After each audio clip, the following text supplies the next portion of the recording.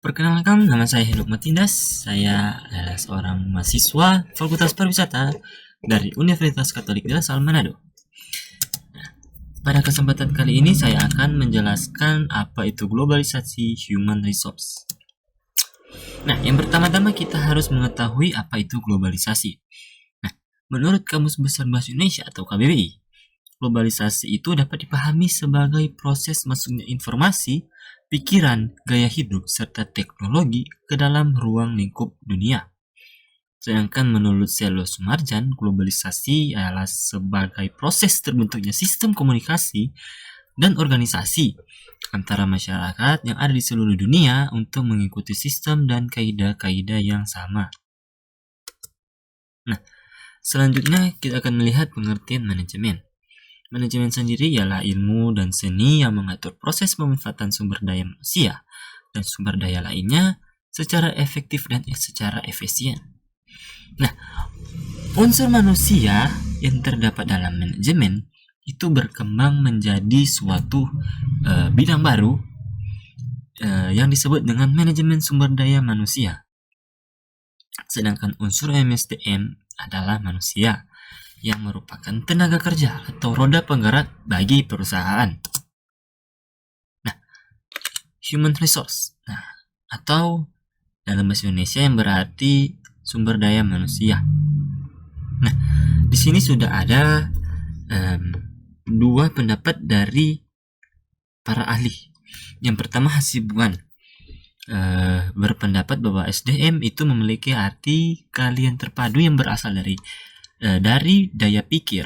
Daya pikir itu bermaksud ilmu pengetahuan serta daya fisik atau skillnya atau keahlian atau kemampuan yang dimiliki oleh setiap orang.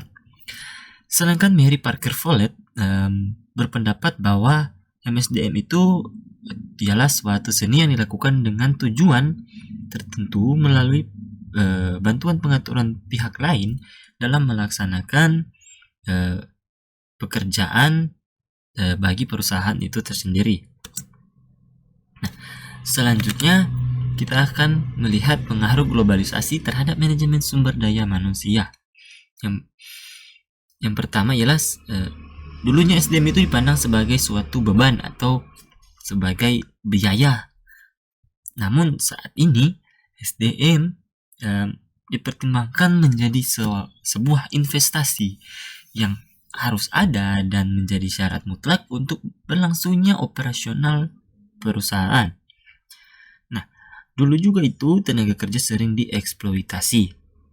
Hubungan kerja yang terjadi antara buruh dan majikan.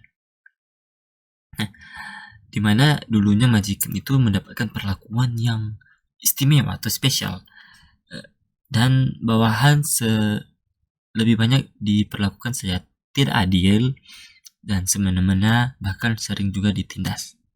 Nah, tetapi berkat pengaruh globalisasi, sekarang tenaga kerja itu semakin dijamin, semakin terpelihara dan diberikan jaminan-jaminan sosial atau asuransi kesehatan dan jaminan kecelakaan juga, asuransi kecelakaan. Nah, selanjutnya ialah modernisasi. Nah, modernisasi ini merupakan dampak dari globalisasi itu sendiri, di mana modernisasi itu membentuk karakteristik manusia modern untuk terbuka terhadap pengalaman baru, percaya akan kemampuan ilmu pengetahuan, memiliki mobilitas dan ambisi hidup yang tinggi, memiliki rencana jangka panjang, serta aktif dalam peraturan. Nah, yang berikut kita akan melihat ciri tanda perkembangan globalisasi. Yang pertama ialah ruang dan waktu, di mana ruang yang jaraknya begitu lebar, yang begitu luas bisa kita tempuh dalam waktu yang singkat. Contohnya ialah melakukan perjalanan wisata dari suatu negara ke negara lain yang jaraknya sangat jauh bisa kita tempuh dalam waktu yang singkat. Yang kedua ialah teknologi dan informasi. Nah, teknologi dan informasi di zaman sekarang ini sudah semakin modern, sudah semakin canggih, dan sudah sangat bisa malahan membantu pekerjaan-pekerjaan kita. Ya, yang berikutnya adalah pasar dan ekonomi. Nah, pasar yang dulunya hanya berupa pasar tradisional, pasar swalayan, sekarang sudah ada yang namanya marketplace dunia, internasional, di mana proses terjadinya jual beli itu sudah antar negara. Selanjutnya ia meningkatnya interaksi kultural berkat perkembangan globalisasi, yaitu berkat perkembangan internet juga. Kita bisa mengetahui dan bahkan mempelajari budaya-budaya dari negara lain. Bisa kita melihatnya di internet dan bisa mempelajarinya tanpa perlu mengunjungi atau mempelajarinya secara langsung. Nah, selanjutnya kita akan melihat tantangan organisasi menyangkut MSDM. Yang pertama ialah tantangan kesinambungan usaha, di mana perusahaan zaman sekarang itu harus bisa bertahan dan harus bisa beradaptasi dengan persaingan modern, persaingan antar kompetitor asing. Nah, yang berikut ialah tantangan global. Tantangan global ini menuntut para perusahaan-perusahaan atau usaha-usaha untuk bisa bersaing secara global, bisa bersaing dengan perusahaan-perusahaan luar atau kompetitor asing.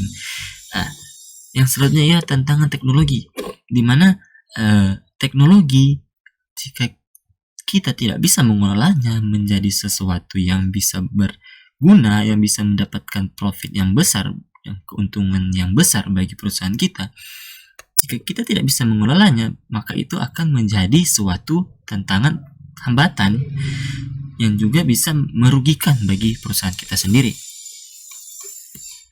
Kita akan melihat peran manajemen SDM dalam organisasi. Peran yang pertama ialah peran administratif. Nah, pencatatan arsip karyawan perusahaan, database yang terkait kebijakan perusahaan tentang cuti, serta mengumpulkan semua dokumen yang diperlukan oleh perusahaan.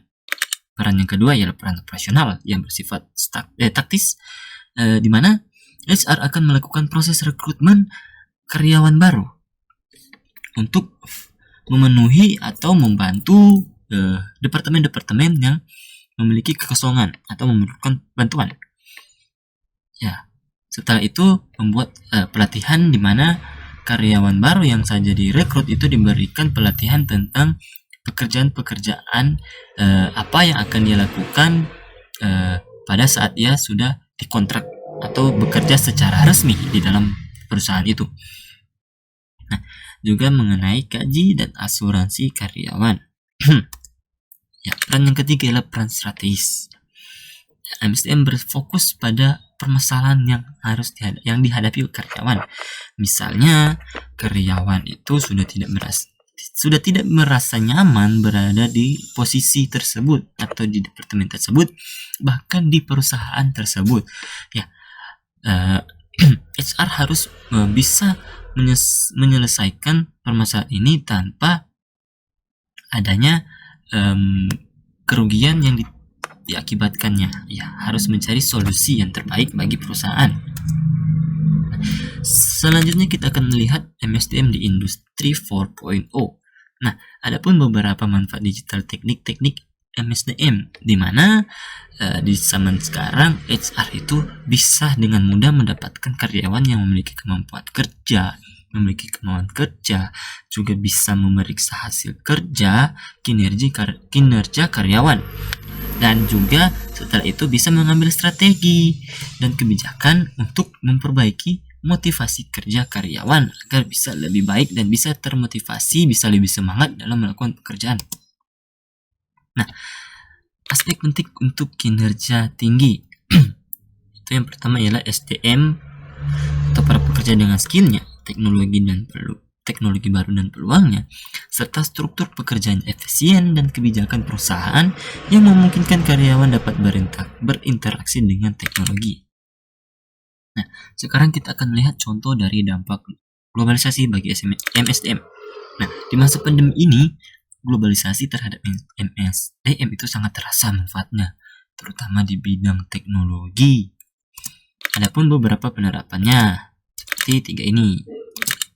Nah, sedikit sharing, pada beberapa minggu yang lalu saya coba-coba melamar, mengapply ke perusahaan yang akan membuka cabangnya di Manado. Nah, ketiga hal ini pun saya ikuti serta turut rasakan. Yang pertama mulai dari proses rekrutmen online yang saya hanya diinformasikan melalui via WhatsApp.